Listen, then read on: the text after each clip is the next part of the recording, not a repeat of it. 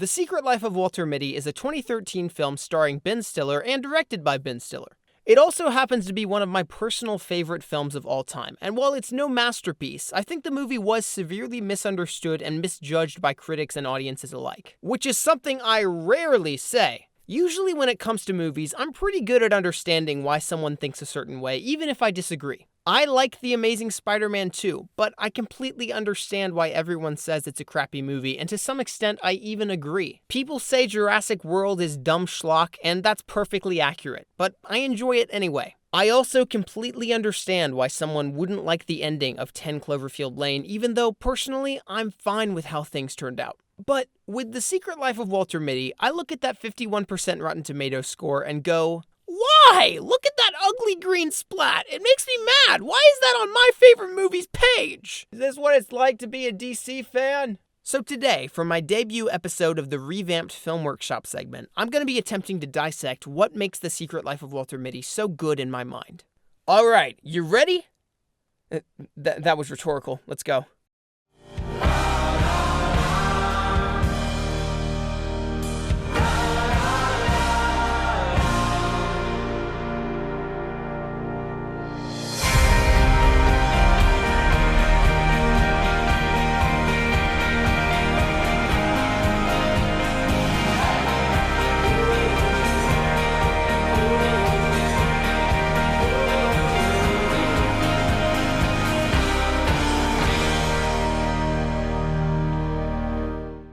Ben Stiller isn't usually known for directing earnest, artsy, emotional movies about stepping out into the unknown. Prior to The Secret Life of Walter Mitty, Ben Stiller pretty much exclusively made satirical comedies and, things that made you laugh.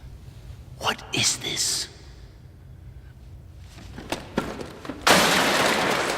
A center for ants? Zoolander, Zoolander 2, Tropic Thunder, or the one where Robert Downey Jr. is a black guy. So needless to say, Walter Mitty is a bit of a standout just in terms of genre when it comes to Ben Stiller movies. The film has elements of other Ben Stiller films, including some of his trademark awkward humor, but for the most part, it's a really unique attempt at something out of his comfort zone. Hey, it's kind of like Walter Mitty himself. This movie tells the story of an awkward nobody named Walter Mitty who works in the photo department at Life magazine and has been working there for 17 years. As you've probably heard, the basic premise is that Walter daydreams a lot about this life that he could have when his normal life is mostly bland, stationary, and monotonous. However, Walter has to get out of his comfort zone and go on a real adventure when a photo negative for the final cover of Life magazine goes missing, and he has to find the mysterious photographer Sean O'Connell who took the picture. The decision to have Walter working for Life magazine was obviously a very deliberate one in terms of the implications it had on the story. You've got a guy who's living a very repetitive and in some ways boring life, working for a company that's all about living life to the fullest and featuring photos of people who do incredible things. Because of this, it makes even more sense for Walter to be someone who daydreams, because he sees so many more adventurous and heroic people in all of the covers that he helps to produce, and can't help himself but to wistfully dream that he is one of them. While in the original short story that the film is based on, the reason Walter Mitty daydreams isn't really explained, here it makes so much sense why he would be doing that. One of my favorite things about the Life magazine headquarters in the movie, and really the movie in general, is the sense of timelessness that it has. Ben Stiller in the bonus features talks about how he wanted to emulate the more retro office buildings from the 20th century, and how the entire set piece was meticulously crafted using models and then eventually built from scratch. The time period of this movie is very vague, and that's intentional. Characters briefly use iPhones, and there are some references to current pop culture, like Conan O'Brien, I guess. Is he really current pop culture, though? But on the whole, the movie takes place in a sort of skewed reality, where it doesn't really matter what year it is. You could easily imagine this story taking place at any time in the early 90s all the way to the 2010s. It's not really aiming for a certain decade or year specifically. Another interesting thing to address about Walter Mitty is the cinematography and the use of color in the movie. At the beginning of the film, almost all of the shots are locked down or very slow moving, and we see Walter walk into the frame and out of the frame, like a character who's just a small and complicit part of a grander world. a cog in a big machine, rather than a character who's driving his own story forward. Not to mention the angles and the sets are all very linear and vertical. There's close to no rounded edges or crooked shots of a narrative throughout the first act, because Walter lives in a world that's very compartmentalized and single-minded. The colors are mostly blues and grays at the beginning also, which gives such a wonderful air of melancholy discontent and dreaminess. The only aspects of the movie throughout the first act that feature more movement in the camera work and colors in the visual aesthetic are the daydreams themselves, which are obviously very stylized and in some cases parodies of other genres, like the comic book movie.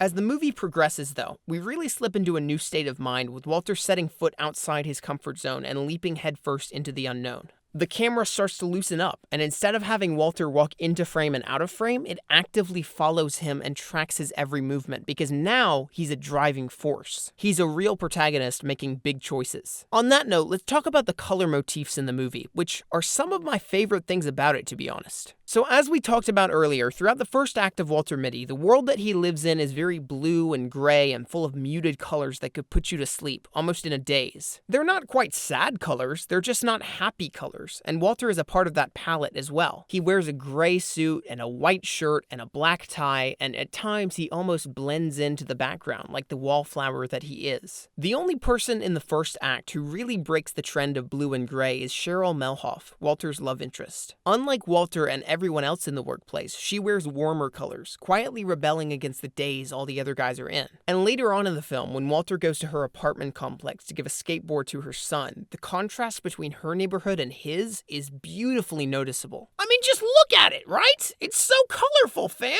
I don't know if I'm using the word fam ironically or unironically. The main color motif that follows Walter through his adventure into Iceland and Greenland to find the photographer Sean is the constant use of red, a color that stands out boldly against any background it's placed against. And looking at the movie, I can't help but think that this was a conscious indicator of Walter's inner personality, his inner adventurer. Let me explain. See, Walter is written as a guy who had a very spunky early life. He had a mohawk and a skateboard, and he planned on traveling the world and backpacking across Europe.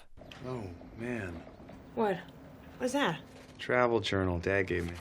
Oh, you should donate that, because you never used it to a poor kid. A poor kid who's going to travel to Europe?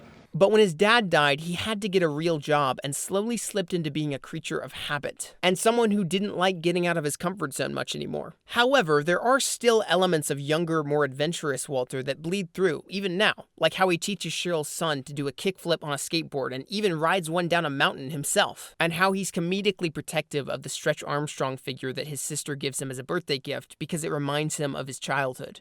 All this to say, there are a few moments where Walter actively associates himself with the color red in the movie, and I think that's intentional because it represents his inner daring nature that's finally coming out again. Red is often the color that symbolizes bravery and daringness and adventure, so it makes perfect sense. Tell you what, throw a little hot rod red in there. Yes, that should help you keep a low profile. Throughout the course of the movie, Walter wears a red sweater in Iceland, he wears a red snow jacket in the mountains, and here's my favorite bit. When he's asked to choose between two rental cars, a blue one and a red one, we have a blue one and a red one. He says, I'll take the red one. Motifs are coolio. That was my best Sean Ralphio impression. Actually, if you think about it, the choice between blue and red has always been a symbolic one in movies. Blue can sometimes represent sadness and loneliness and depression, but red represents wild colors and daring do. In The Matrix, for instance, Neo chooses a red pill over a blue one because it's the one that will take him deeper down the rabbit hole and into the adventure. Wait, was that car scene a Matrix reference in disguise? That's brilliant! The other thing that makes The Secret Life of Walter Mitty so moving for me is the music. Now, whenever you reference music in a movie, you get people real confused. So does he mean the soundtrack or the score? Well, in this case, I mean both. The soundtrack is great to begin with, mostly by Jose Gonzalez, and the song choices are pretty exhilarating yet melancholic. However, what makes the movie so great in terms of music is that it blends the score by Theodore Shapiro and the soundtrack by Gonzalez together. Jose Jose Gonzalez sings lots of the songs featured in the movie, but his voice, or rather his humming, is used to underscore many of the other scenes in the film that don't have specific songs throughout. And this creates a really strong feeling that the music is accompanying the character throughout the film. The main theme of the movie is played with instruments and orchestra at some points in the film, but at other points it's simply hummed by Jose Gonzalez.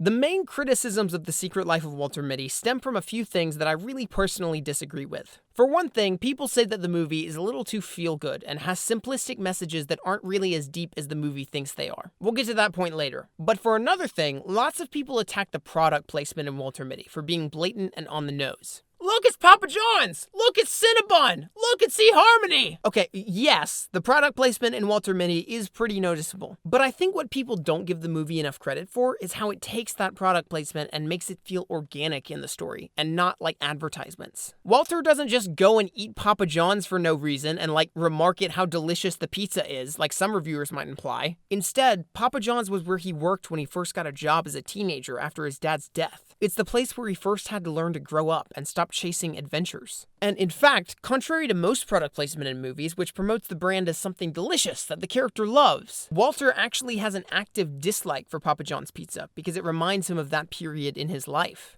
No, I worked there. That's all. I used to have a mohawk and a backpack, and I guess this idea of who I wanted to be and what I wanted to do. And I was pretty close with my dad. And he died when I was 17 on a Tuesday, and we didn't have any savings. So I got a haircut that Thursday and a job the same Thursday. Papa John's? Yeah. Apart from Papa John's, there's also the eHarmony plot point, where Walter is trying to get to know Cheryl through a dating website. And there are a few funny sequences with Patton Oswalt, a tech support guy for eHarmony, who's telling him that his resume just isn't interesting enough to get noticed on the site. But this plot point too isn't shoehorned into the story and isn't a tasteless promotion of the site. At the beginning of the film, Walter can't get the site to work because it keeps glitching out. And at the end of the third act, he cancels his eHarmony account altogether because it's too expensive for him. You know what? Would you take me off? I can't really swing that $500 yearly. That's not a promotion of eHarmony at all. In fact, it makes me less likely to sign up there. In addition to that, Patton Oswalt's charming comic relief character isn't a completely useless side dish. In lots of movies, there's just the funny character who's interjected into scenes just to bring humor into them and doesn't really provide anything to the plot. But that's not the case with Patton Oswalt's character, even though it seems that way for a while. Instead, it turns out all those funny phone calls to eHarmony throughout the course of the movie were just set up for an eventual payoff when Walter needs someone to get him out of airport security in Los Angeles. Where are you? Los Angeles. Do you know anyone in Los Angeles? No. Any acquaintances? Okay. Any companions? Anybody here who might be able to verify that you're Walter Mitty?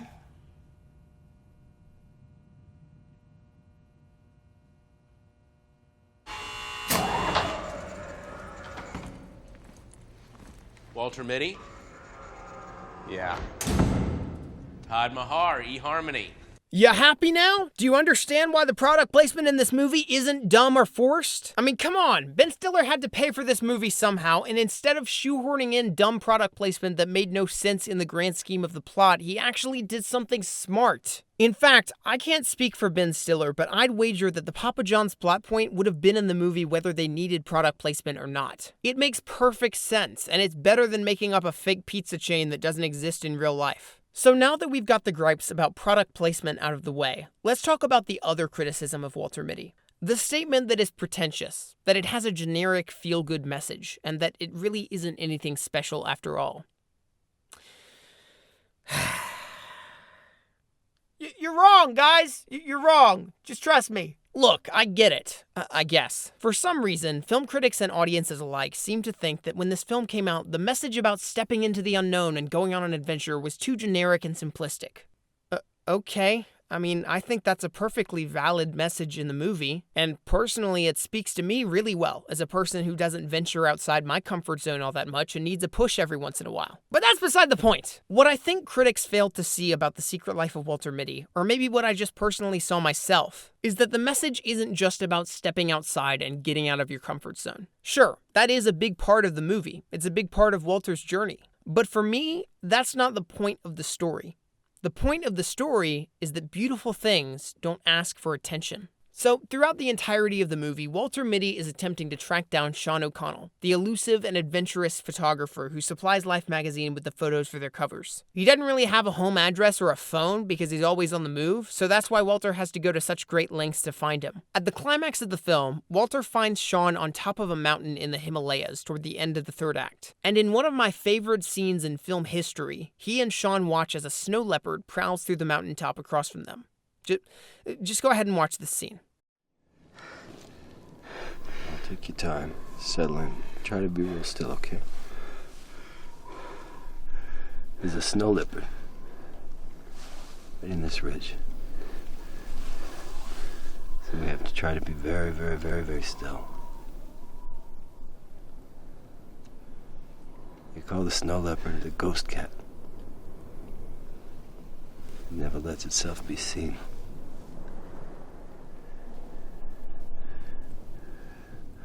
Ghost cat. Beautiful things don't ask for attention. Beautiful things don't ask for attention. That's what Sean says when he talks about the ghost cat.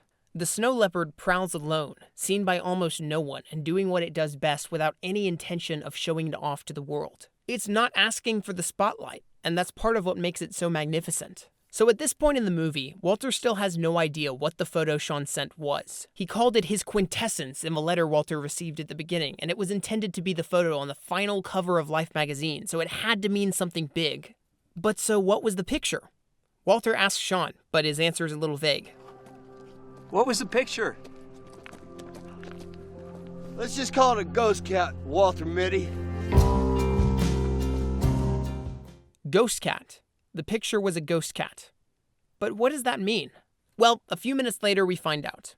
In a comedic turn of events, the photo negative had been in Walter's wallet from the start of the film. And when he gets home, he gets his hands on the negative again and gives it to the executives at Life, even though he was fired for losing it earlier on in the story. But did he look at what the photo was? What was it? Sasquatch? A unicorn? The negative? Yeah. I didn't look. Walter didn't look. He was satisfied enough with the adventure he'd had that it really didn't matter what the photo was in the end. Lucky for him, though, he does find out eventually. At the end of the movie, Walter finally asks Cheryl out on a date, and they walk down the sidewalk together with a newfound sense of companionship, having worked together to find the photo throughout the movie. And here's where the climax hits.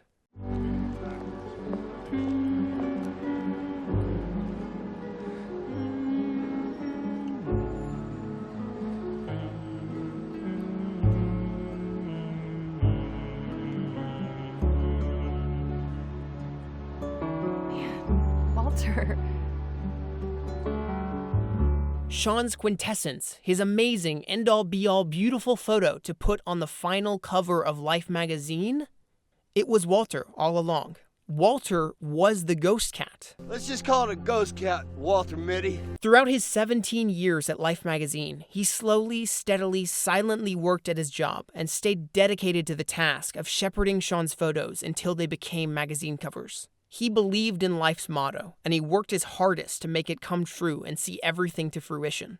This is what truly makes The Secret Life of Walter Mitty so moving to me. Sure, it is a movie about setting foot into the unknown and going on an adventure. But more than that, I think it's a movie about appreciating the beautiful things that go unnoticed by everyone else. To the outside world, Walter is a nobody. He doesn't have many friends, he's quiet and unassuming, and when Ted, the executive character played by Adam Scott, comes into the picture, he tosses Walter aside like he's worthless, completely oblivious to how hard he works to make the dream of Life magazine come true. Even Todd, the funny eHarmony guy, admits that when he first heard Walter's voice on the phone, he didn't think he sounded that interesting.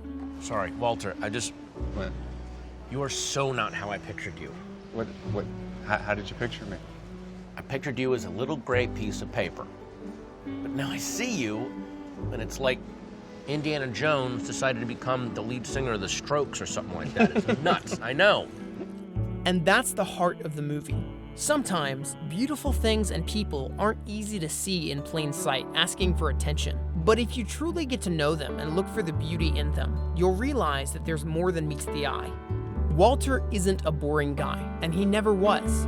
He was a quiet, unassuming, minding his own business type of guy, sure, but he was never boring. Sean realized that, Walter's mom realized that, and Cheryl, Walter's love interest, realizes that from the moment she meets him. Oh, I wanted to tell you, that song, Major Tom, back there when the beard guy was... He doesn't know what he's talking about.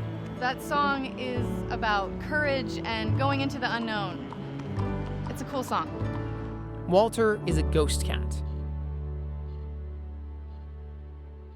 So that's the secret life of Walter Mitty. Does it speak to everyone on the same level that it speaks to me personally? Probably not. But I hope everything we've discussed together in this video has given you at least some new appreciation for the themes of the movie and the amount of work put into some of the more subtle details. There's so much more I'd love to talk about too. To me, the movie is hilarious, and that's because Ben Stiller is so perfectly suited for the role of Walter. A character who's a slightly dorky, but slightly cool middle-aged guy who's not always sure how to react to situations. Yeah, I'll be like...